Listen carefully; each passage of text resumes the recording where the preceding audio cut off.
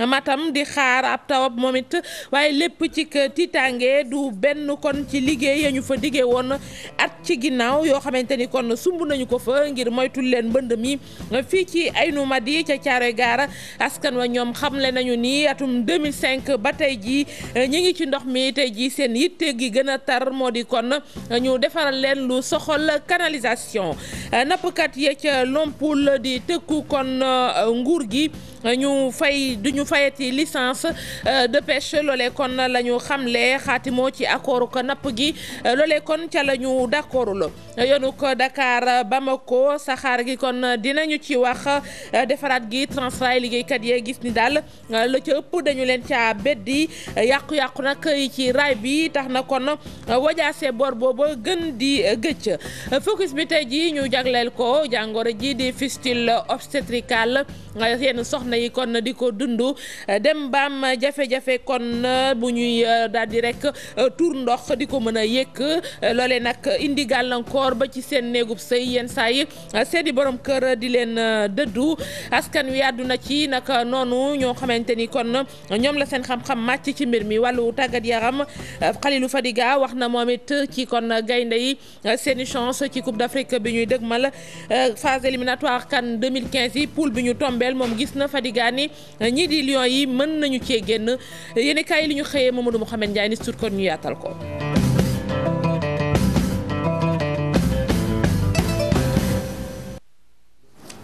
mbokk yi ñu leen di gërëm di sant rafetlu kon seen teewaay ci xibaaru digg bëccëg gi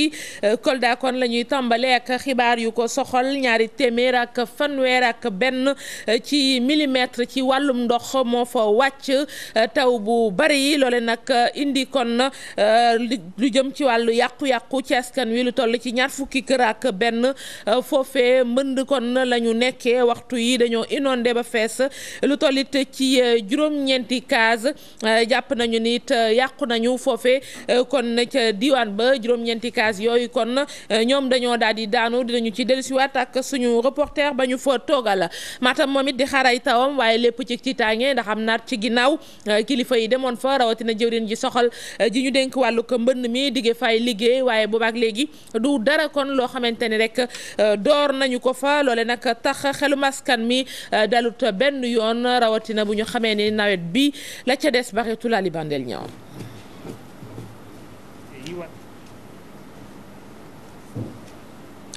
Ali Bandel ñaa mel ni kon teewagul danañu dellusiwaat ci moom Ali Bandel ñaa ñu may xamal ni yegsi na ñu dem kon ba Matam ci tiitaange ak nawet bi ñuy dëgmal fekk fa kon Ali Bandel ñaa lu jege benn at gannaaw tukki jëwriñ gi yore wàllu inondation ba léegi askanu diwaanu Matam ñu ngay xaar dige yooyu nga xam ni nguur gi yëkkati woon na ko jamonoy daaw bi mbënd bi dawee wutali gox bi jëwriñ gi ci boppam moo àndoon ak ay kilifa gisal boppam yàqu-yàqute nga xamante ni taw bi ak mbënd bi indi woon na ko digue de protection ngir aar dëkku Matam fexe itam ba yeggali phase assainissement bi ca quartier Gurel Serigne naka noonu itam tabax ay ouvrage ngir aar jàmmel ci ndoxu mbënd bi mu nekkoon yu gën a fës ci dige yooyu lee waaye nag ci waxtu bi nga xamante ni pepp ndoxu taw commencé na laal suuf ci diwaanu dex gi waral ba tiitaange ak njàqare mu ngi ñeel kilifa yi ndaxte nag li ci gën a métti itam da di ba waxtu bi ñuy àddoo curage maanaam fexe ba tonni mbalit bi nekk ci biir caniveau yi ci quartier Soubalaw ak Tantaaji ba léegi tàmbalee gut. Ministre des inondations ñëw na fii def nañu bilan il fallait faire la deuxième phase de l'assainissement de Matam gis nañu le curage jusqu'à présent defuñu ko.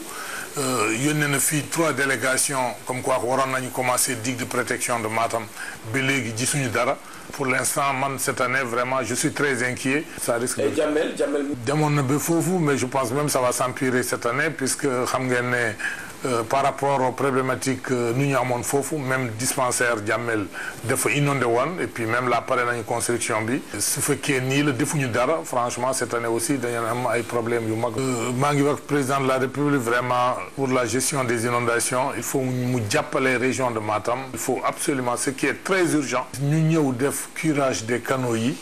bon digue de protection je ne sais pas en 1 mois ou 2 mois mun nañu nekk. ci biir capitale régionale bi moom njiixi jaaxa ba ngay wéy di gën a law askan nag bi nga xamante ni ñu ngay waajal dunduwaat ay jafe-jafe yu métti yu ñuy faral di dund jamonoy nawet gu ne diirub ñetti weer ndek ci biir dëkk bi nga xamante ni géexub Sénégal gi ko wër mooy fees dell ba mbënd bi jaare beneen booru pont yi wutali dëkkuwaay yi. ñi moom seen jafe-jafe def na kon 2005 la ba léegi at yu bari Aynou Mady fële kon ca Thiaroye Gare commune d'arrondissement bu Diamaguène Sicap Mbao ñoom canalisation la ñuy laaj ndax ndox ya fa wàccoon 2005 ba tey ña ngay dund ak moom Maymouna Ndiaye moo fa demoon ànd ci Thierno Laurent Mendy. ndoxu taw yi dem ba fees dell ak yi jën tout tànk yi di ko seetaan si ndox mi verte ànd ak ñax mi lii mooy xar kanamu Aynou Mady nekk ci Thiaroye Gare askan wi nag xamatuñu fu ñu jëm. ndox mi day fees del fii suma tànk bi day rocceeku bu ma génnee kilal bi bu ma jógee kilal bi ma teg suma tànk kii ndox mi. napp bi mooy jóg bu jógee ñun daan nañ ci jéem mais machine yi bi mu fi nekkee ak kii yi tuyaux yi ndox mi daana dem. canalisation rek moo mën a régler problème bi. bu ñuy séntu nawet nag seenum fit du toog ndax ku ne dangay joxe li nga am ngir ñu sëkk kër yi. du kenn ku fi ñëw taxaw pour wàllu ñu de wóor na Rasulaay dañ doon xuus ba suñu ndigg yi tooy bu tawee dañ ñuy daan yërëm bu ñu ñëwee di ket kër gu ñu dugg pour jënd gasoil sax dañuy wax carrément seen poos moo tax ñu ngeen koy ut te fekk ndox mi la. fii moom moo gën a sonal nit ñi gis nga lii yëpp ndox la bu tawee fii lay ñëw fii machine bu mag moo fi nekkoon mais machine bi après dañ ko yóbbu. ñu samp fa lu mel ni ab pont muy jàppale askan wi. ndox bi moo tax ñu def ko fi parce que fii nii dafa amoon ndox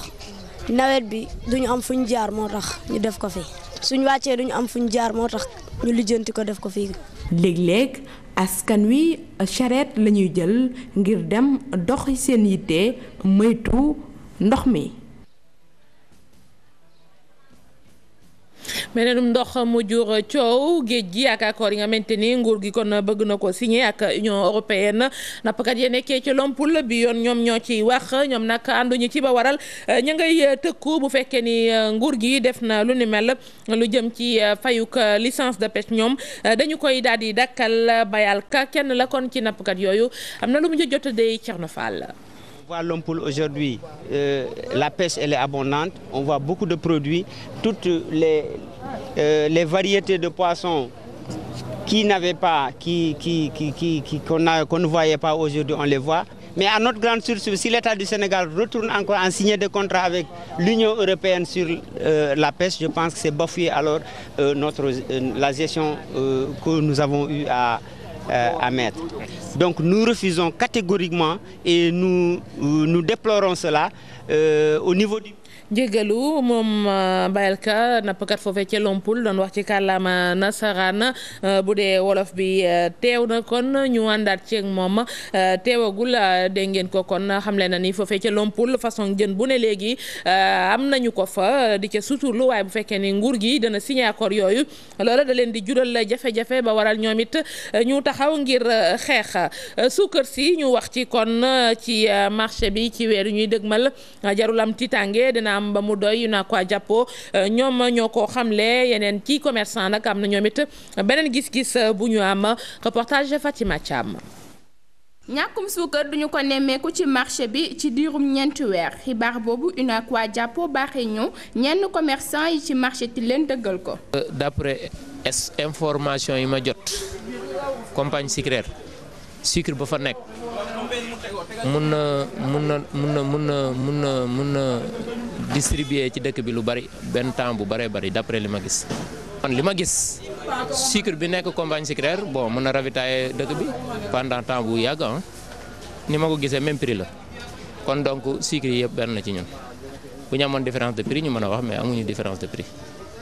li ci des mooy askan wi taamu ko ci gis-gisu commerçant bi li nu mel amagul. Sénégal man koor rek laa koy jaay quoi parce que qualité bi bon importé bi moo ko gën a baax quoi. clients yi ñoo ñu fi nekkal quoi c'est-à-dire client bi li mu bëgg rek lañ ko mën defal te bële moo gën qualité sucre importé bi moo gën qualité quoi c'est-à-dire soo def stock du tooy du yàqu du def dara quoi mais kii à partir de 100 day commencer xolleeku affaire yu demee noonu. jaaykat yi bokk ci UNACOIS def nanguwuñ ci àddu askan wi ñoo ci nar a profito ndaxte kilo suukar xalaataguñ ko yokk. ñu jóge ci suukar si wax ci dem ak dikk bi yoonu raay Dakar Bamako foofee nag jàpp nañu ni am na jafe-jafe yu bari am sax ab liggéey bu ñu ci bëgg a sumbaat ngir defaraat ko waaye ñooy liggéey Transrail ñoom ci seen bopp gis nañu ni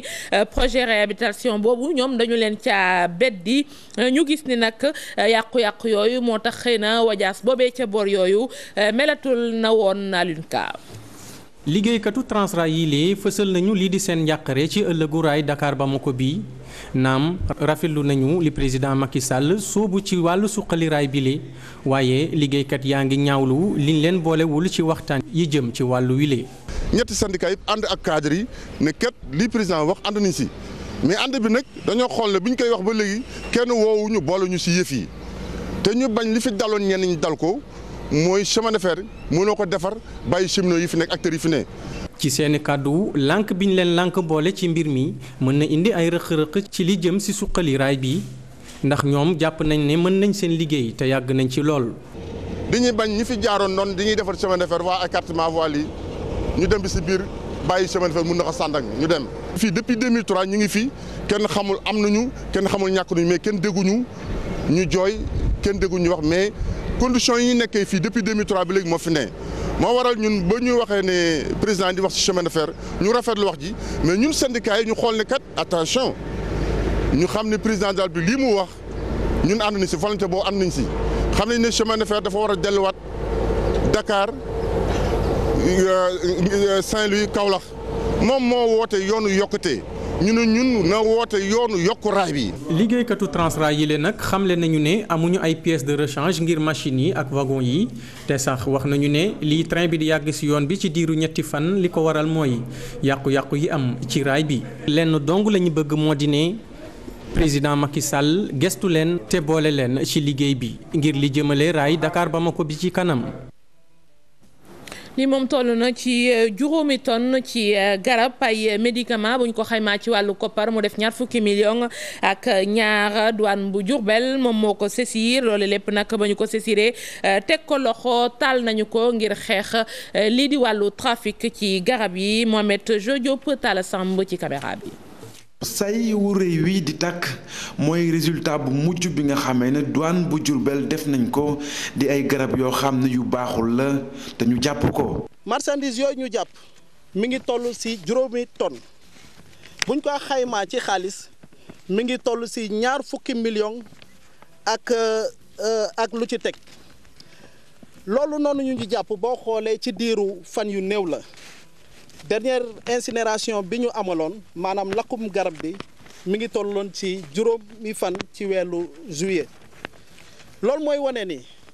trafic médicament bi jéggi na dayoo ci région Diourbel marchandise yooyu mi médicament yi mi ngi toll ci marchandise yoo xam ne ci pharmacie yi lay jógee wala ci hôpitaux yi mais dañ ko génnee ci circuit bi nga xam ne moom la yoon xalal. mi ton ay millions yu bari ci ay weer kese région bu Diourbel nekk barab boo xam ne njaay ak jënd garab yu bon yi def fee tàmbalee law. mais di am aussi njàqare ak tiis ak tiit ci ampleur bi maanaam dayo bi ni mu ëppee rawatina région bi nga xam ni mooy région de Diourbel te ku ni Diourbel wax Touba. jëf ji nag mooy dafa am ñeenti jëf yoo xam ni faaw mu teew pour ñun lii matal nga ko. maanaam wax ji volonté bi ñi nga xam ni kuréel yi nga xam ni ñoo la war a taxaw nga taxawal leen jox leen ay jumtukaay yu ko mat kuréel yi nga war a xam ni aussi ñooy war a teg daan ñi nga xam ni ñoo cee jëf. état bi am na engagement bu mu jël pour xeex ak loolu ministre de la santé bu mu fi mujjee aussi jot nañu wax ci loolu des saisies bii nu def soo xoolee nu mën ko def c'est parce que agent état yi dañu jël engagement pour xeex ak loolu de xeex boobu ñun ñëpp la war. moo tax waxoon nañ ko fi daaw dinañ leen ko waxaat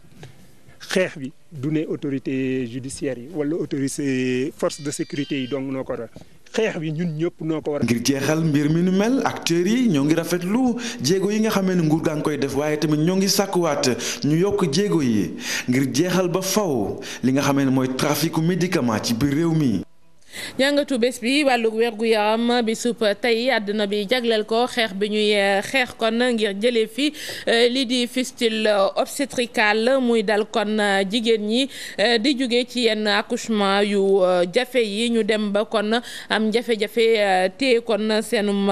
ndox suñu bëggee daal tuur ndox duñu ko yëgati loole nag bu amee soxna yooyu di dund ci ay jafe-jafe paj mi mitti loolu ci ñoom teg ci nag yenn saa yi mbokk yi dañu leen di dëddu mu gën a bare nag ci yenn gox yi nga xamante ni faj ma dafa xaw a sokki Fatou Kiné Deme. mat bu yàgg mën naa indi li ñu naan fistule obstétricale bu ñu ko déggee paftan bay def saw moo bën na. biiru ku jigéen buy motu ba bébé bi ba doom ji war a génn xam nga dafay jaar fii ci kanamu ku jigéen bi bébé bi nu muy gën a wàccee rek foofu di gën a xat donc il faut que mu am diir boo xam ne daf fa war a jaar génn su lu ko mooy bopp xale bi walla liy njëkk a génn dafay tànc saak bi ñu naan pëftan xaw ko bës ci yax bi yaxu kanam bi ba nga xam ne bës boobu mu koy bës day dem ba nga xam ne deret bi ni mu waree wal ñëw ci saak boobu ñu naan pëftan dootu ko ñëw bu ko defee mu am comme góom après góom boobu nag indi bën bi ñuy wax fistule. mu mën a jur lan. dootul mën a titee saw mi dafay daldi di wol ni mu ñëwee rek daldi di wol. jigéen ju ndaw ñàkk sàmm say visite ci jamono joo wane lor ci ñooñee lañu ko gën a seetloo. li ci gën a bari dafay fekk foo xam ne jigéen yu ñu suivre bi ñu jëlee ëmb toppatoowuñu leen walla boog ñu war a matu amuñu fu ñu dem maanaam ñu dëkk foo xam ne mënuñu accéder ci bërëbu docteur. bu fekkee xam-xam baa ngi fii ci wàllu faju bi soxna yi ko am ñu ci bari mënaluñ seen bopp. ñi leen war a jàppale à commencer ñu koy doorale seen jëkkër dañ leen beddi bàyyi leen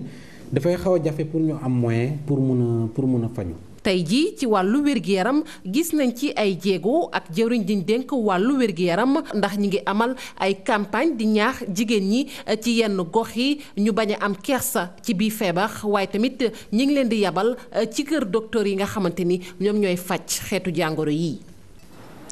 Fatou Kiné Deme ci wàllu woowu jigéen ñooñu yenn gox yee nag bu dee kon ñu ngi fay def ay jéego am na ñoo xamante ni paj ma ba tey ji matewul ci soxna yi lii di kon xarafal jigéen bokk na it ci loo xamante ni mën naa indil soxna yi bi jafe-jafe Kolda la ñuy dem fekk ji fa Abdoulaye Diallo. li ñu duppee fistule obstétricale doon na feebar buy xajamal wérgu yaram jigéen ñi nga xam ne bare nañu ci ñoom ñi amee bile feebar. Cela est un véritable fléau dans la région de Kolda de manière générale. loolu daal ab jafe-jafe la bu tar ñi ci yëngu ñoom xam nañ ne loolu bokk na ci luy gën a xajamal wérgu yaram jigéen ñi leneen li mooy li ñu duppee prolapsus di beneen feebar bu faral di dal jigéen ñi te ñu bari xamaguñu ko. li ci mettit bi mooy saa bu ñaari feebar yooyu dalee jigéen ñi dañuy rus di ko feeñal. Et la tendance à se recroqueviller sur elle-même parce que on considère la comme une maladie honteuse. xarafal yeeg sa yu teel yi di ay cause yu fistule li gën koo bare ci jigéen yi amee bile feebar ci dëkk kaw yi la ñuy nekk te foo xam wàllu béréb fajukaay dañ fa neew lool dañoo manqué le tamit ay liggéeykat yu xarañ yenn dëkkuwaay yi dañoo soriante ak béréb fajukaay yi ñàkk njàng ndóol mi ak ñàkkum ay yoon yu baax bokk na ci lii tax li gën koo bare ci jigéenu Fuladu du ñuy def ni mu waree seeni consultation prénatale bare nañu tamit jigéen yi nga xam ne ci kër yi la ñuy wasin te même bu ñu amee fistule du ñuy nangoo dem ca kër docteur ngir ragal ñu beddi leen. bi ñu demee ba ñu xam ne am na ay conséquences yi nga xamante ne ñu ngi koy gis ci xarafal bi am na ñoo xamante ne du ñu mën a téye seen saw yi ñooñu ñooy tudd fistuleuse yi am na ñoo xamante ne tam ñi nga xamante ne dañuy gis seen col de l'utérus day génn ba ci biti loolu mooy prolapsus am na bari nañ ci Kolda bari nañu dañu lakkatu woon parce que xam nga jigéen dafa ñeme lakkatu jigéen surtout cëram vraiment daf koy réserver de telle sorte que da ngay rus nga woo sa morom jigéen nga koy won yenn yi wala nga koy wax yenn yi da ngay rus. li gën ko bare ci jigéen yi amee fistule obstétricale ci ay njaboot yu néew doole la ñuy bokk moo tax ngir ñu faju ni mu waree jafe-jafe la ci ñoom. ñu ci bëgg ñu leen jàppale ba sax yenn saa yi ñu koy wax ñoom it ñu ngi dund yenn jafe-jafe yi lu ca bari dañu leen di dëddu comportement boobee askan wi joxe nañu ci seen xalaat ci reportage Fatidien caméra Diafara Ba. benn yor-yor ci Fass Delorme Khady Sène di ndugg ci jaaykat bi nekk ci bopp koñam ci bés bi ñuy màggal xeex fistule ci àdduna bi yaay bi xelam dem ci soxna yi mu dal. nit moom boo nekkee ak moom ba benn jàngoro dal ko surtout ki nga amel njaboot war nga kaa mën a taxaw. loolu mën na maa dal mën na dal képp kuy jigéen koo xamante ne yaa ngi sa borom kër. soxna yi amee jàngoro ji bokk na ca bu ñuy gaanuwaay duñu ko yëg di dund ay jafe-jafe ci gis-gisu Ibrahima Seck seeni borom kër ñoo deful seen wareef. même mala buy ànd ak yow ba nga feebar mais du tax mu bala waxuma la ak nit nag doomu aadama bu fekkoon ne bànneex kese la am na at yoo xam ne yow boo fa tolloo moom mu toll ko foofu bànneex dootu fa am jigéen dañ koy yërëm dund ak moom yërëm ko. ndaw yi ci seen wàllu bopp ñaawlu nañu doxalinu ñenn ci njabootuk soxna yiy dund lu ni mel. boo demee ba am jëkkër di sëy bépp feebar boo mën ci am rek dal la war a faj génnee la si parce que ñoom ñooy jur ay doom kon boog bu nu feebaree ak nu mu mënti mel dañ leen war a faj surtout seen mari yi waruñu leen di abandonné war nañ leen jàppale. soo demee ba am jabar au moins fekkee bëgg nga ko tu dois da nga war a nekk à ses côtés quoi quand elle a besoin de toi te même bu dul moom aussi nga xalaat li leen boole nag ngeen def ba xamante histoire yi ngeen jot a dund yëpp bon nga xalaat loolu et puis nga jéem nekk à ses côtés quoi moo gën nga xëy abandonné. soxna yi dund ak jàngoroy fistule yenn saa yi njaboot wan leen ginnaaw ñu ne ci guddi gu bët setagul ñi nu taseel ci mbedd mi di ñaax askan wi ñu defal aji tawat ji ba ñu mën a muñ ak xel mu dal. ñu yegsi ci wàllu tàggat yaram ak Kalilou Fadiga international sénégalais bi moom nag wax lu jëm daal ci gaynde yi poule bi ñu tombeel ci phase éliminatoire CAN 2015 yi moom gis na kon moom moomu nekkoon kon ci gaynde yi ni daal mën nañu caa génn wax na it lu jëm rek ci équipe yi Afrique yi seen chance ci boobee compétition Kalilou Fadiga ci micro Cheikh Tidiane Dione. C'est ainsi comme l'a traversé l'équipe nationale du Sénégal mais je pense qu'il y a dëgg la am na cycle boo xam ne équipe nationale bu Sénégal mu ngi ko doon traversé waaye liñ ci mën a wax daal moom mooy Sénégal warul mën a bàyyeeku ci éliminatoire yi 2015 yi. ci wàllu mondial bi équipe bi nga xam ne daal moom laa gën a njort ne moo ci ëpp chance moom mooy Côte d'Ivoire ndax Yaya Touré moom ñëpp xam nañ xarañteefam ci wàllum football waaye tamit ci wàllum expérience kii di Zokora le maestro ñëpp xam nañ ne lii di expérience fees na ko. C'est un des meilleurs, un des piliers de cette équipe ivoirienne et de temps en temps on omet un petit peu de dire tout le travail qu'il effectue dans cette équipe-là. fii kon la ñu yem ak yéen mbokk yi ci xibaaru digg bëccëg yi dellu di leen jaajëfal ci ànd bi ak télévision Futurs Médias rédaction bi dig leen daje incha allah 19h30 ak 20h ci yeneen i xibaar ñu yendu jàmm.